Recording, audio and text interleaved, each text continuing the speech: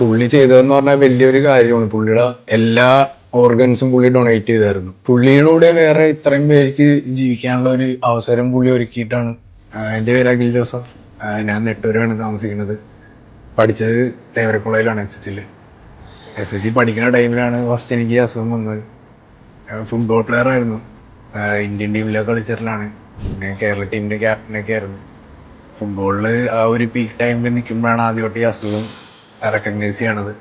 കോളേജിൽ first year കയറി പകുതിയായപ്പോഴാണ് treatment start ചെയ്തത്. അപ്പോൾ പിന്നെ അധികം ഡയാലിസിസ് ചെയ്യേണ്ടി വന്നില്ല. ആ ടൈമിൽ അമ്മയായിരുന്നു തന്നത് ഡോണർ കിഡ്നിയുടെ.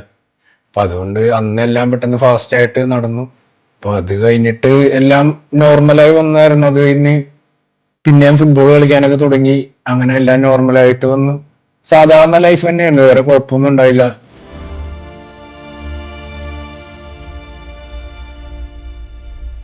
ഈ ഒരു 10 മാസം മുമ്പ് വീണ്ടും ജോണ്ടിസ് വന്നായിരുന്നു.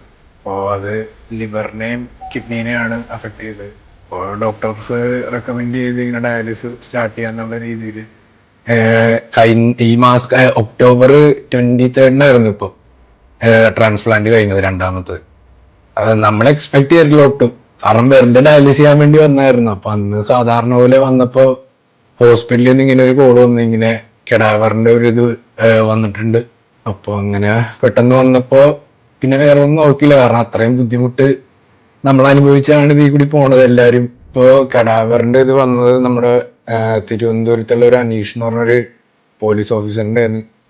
പുള്ളിക്കാരൻ പൂജപ്പുര സെൻട്രൽ ജയിലിലെ പ്രിസൺ ഓഫീസറാണ്. പുള്ളി ചെയ്തതെന്ന് പറഞ്ഞാൽ വലിയൊരു കാര്യമാണ്. പുള്ളിയുടെ എല്ലാ ഓർഗൻസും പുള്ളി ഡൊണേറ്റ് ചെയ്തായിരുന്നു. പറ്റണ 7 ഓർഗൻസും പുള്ളി ഡൊണേറ്റ് ചെയ്തു. അത്രയും നല്ലൊരു കാര്യമാണ്.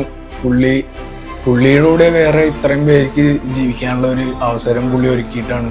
അതിന് പുള്ളിയുടെ അനീഷ് എന്നാണ് ചേട്ടൻ്റെ പേര്. അപ്പോൾ അനീഷ് ചേട്ടൻ്റെ ഫാമിലിക്കും എന്നും നമ്മൾ കടപ്പെട്ടിരിക്കും. കാരണം ഒട്ടും നമ്മൾ വിചാരിക്കാത്ത സമയത്താണ് ഇങ്ങനെ ഒരു ഇത്.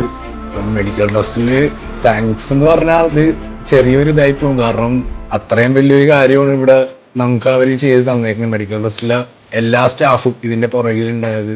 നമ്മൾ കാണാത്തവര് വരെ നമുക്ക് വേണ്ടി പ്രാർത്ഥിക്കണോ, ഇന്ന് സക്സസ് ആവാൻ വേണ്ടി എന്തോരം പേരുടെ ഒരു ഇതാന്ന് നമുക്കറിയാം. അപ്പൊ അത് മെഡിക്കൽ ട്രസ്റ്റില് എല്ലാ ടീമിന്റെ ആ ഒരു സപ്പോർട്ട്, ഇത് അവർക്ക് ഏറ്റവും വലിയൊരു താങ്ക്സ് പറയാണ്ടിരിക്കാൻ പറ്റില്ല.